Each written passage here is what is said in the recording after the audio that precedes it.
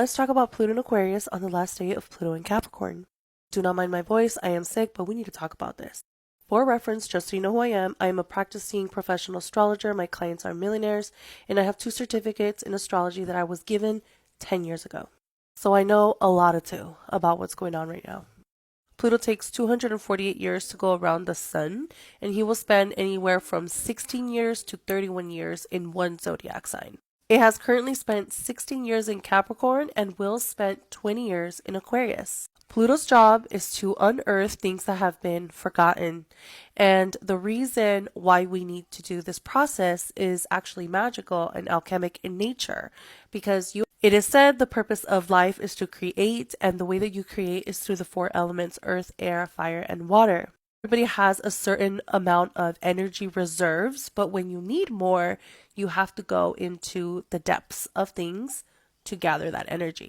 So essentially, this is what creates the alchemy process. You need to get dark matter to alchemize it into gold. This is an essential process of life that has to take place at some point in some way. And because we are not different from each other, everything around us goes through these cycles. You do, I do, animals, plants, and Earth does too. Pluto takes care of generations and humanity as a whole, the population. So Pluto in Capricorn over the last 6 years took it upon itself to unearth the professional structures. This has to do with any structure that had authority over you. So we're looking at government, medical, educational, and your work, your job. Any power position that had authority over people was under review. But I want you to think of Pluto as steam. Pluto isn't obvious, he isn't straightforward, he is steam, and you just feel his heat getting stronger and stronger and stronger. So you don't typically see the outcome of what Pluto does in one sign till the last 5 years, I would say, but really 3 years.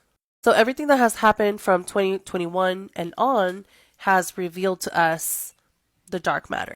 Now, what are we supposed to do with that dark matter? We have it. We didn't even know if we wanted it, but we have it. Well, Pluto goes into Aquarius, and this is where the next 20-year journey begins for you and I. This is where a lot of people are getting confused because we're also going into the age of Aquarius.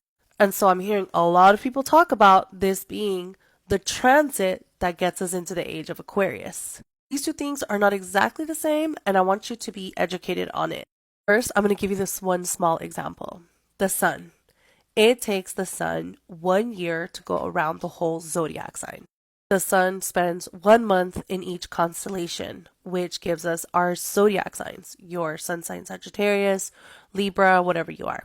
Well, Earth does this too. Earth goes through each zodiac sign and stays there for a little bit of time. The only thing is that Earth takes longer. Earth, instead of taking 1 year to go through all the zodiac signs, takes 25,920 years. That's a long ass time, and we don't have recorded history that can account for that many years. Having said that, Earth will spend about 2,160 years in each constellation. And this is what creates the ages. The ages are most popularly recorded in the Bible. Earth is leaving the age of Pisces, where it has been for 2,160 years, and going into the age of Aquarius, where it will be for 2,160 years. Now, these exact dates are unknown. No one astrologer agrees on what makes this the time. And that's because astrologers all over the world use different calendars. And so it's fine. It's fair. It's something that we are all working with, and we all come up with our own interpretations of what that looks like for us. Now, what is agreed upon is that it takes 100 years to break down one age. And this is also biblical because the Bible is astrology. So we all agree on this. We all agree that the age of Aquarius is upon us. We all agree that there's a destruction happening with the age of Pisces. We all agree that there is a 100-year period where this is being destroyed. Most people agree that we are in the thick of the destruction. The most common research, and this is from me attending seminars and so much information that is researched by the great minds, a lot of them agree that the age of Aquarius is being broken into. So it doesn't happen at once, obviously. We get bangs and hits of it. Most great minds agree that these bangs and hits started to take place in the 60s. Almost all astrologers agree that 2020 was a massive hit to us going into the age of Aquarius.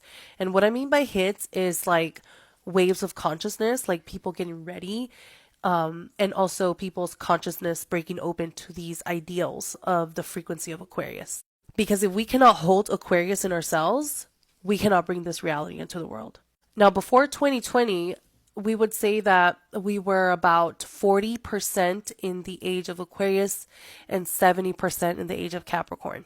After 2020, it is said that it tilted like 60% Aquarius and 40% Capricorn. Basically, the tides shifted. Now, with this Pluto and Aquarius energy, Pluto and Aquarius is meant to physically bring in this world, this reality. It's physically introducing it. So if we were being primed to it energetically, Pluto and Aquarius is going to give it to us. This is what it looks like, and you can hold it in your hand. By the time Pluto is done being in Aquarius, I would anticipate that we're 90% into the age of Aquarius and only 10% in the age of Pisces. These timelines is what I agree with, and so that's why I'm sharing them with you. What is Pluto in Aquarius going to do? Pluto is bringing in the age of information. Before this transit, intelligence was a commodity. People could make money on how smart they are. But this is not the future because the age of information gives everyone equal access to intelligence. And so that will make superhuman brains. But what will be the currency of the future is talents and gifts that people could do on their own. So it's no longer going to be what you know, like it has been in the past. It's going to be what you can do with that information. What are you actually physically doing with your knowledge? And how are you giving them back to the world? So these are your services that you're doing and how you can give them back to the world. That's the future. So the way that people measure intelligence is now going to be seen in their talents and how they monetize them. I have an entire video of predictions of Pluto and Aquarius, and you are more than welcome to scroll and look for those videos.